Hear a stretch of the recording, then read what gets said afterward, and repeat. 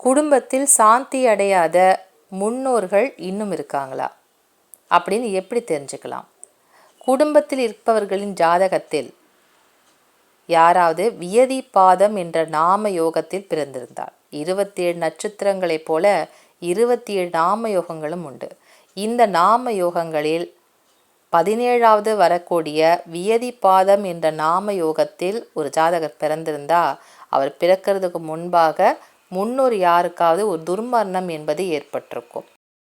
துர்மரணம் என்பது தீராத வியாதி பிரச்சனையாக இருக்கலாம், அல்லது தற்கொலை போன்ற முடிவை எடுத்தவர்களாகவும் இருக்கலாம்.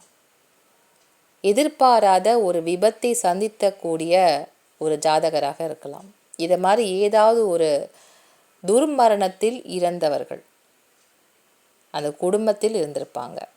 அவர்களுக்கு செய்ய வேண்டிய திதி தர்ப்பணங்கள் சரியாக முறையாக அந்த குடும்பத்தில் இருந்திருக்காது. ஒரு காலகட்டத்தில் அவர்களை மறந்தும் போயிருப்பாங்க. அப்படிப்பட்ட பித்ரு இன்னும் மோட்சம் அடையாமல் குடும்பத்தில் இருக்காங்க அப்படின்றது தான் அந்த குடும்பத்தில் ஒரு குழந்தை வியதிபாதம் என்ற நாம யோகத்தில் ஜனிப்பது.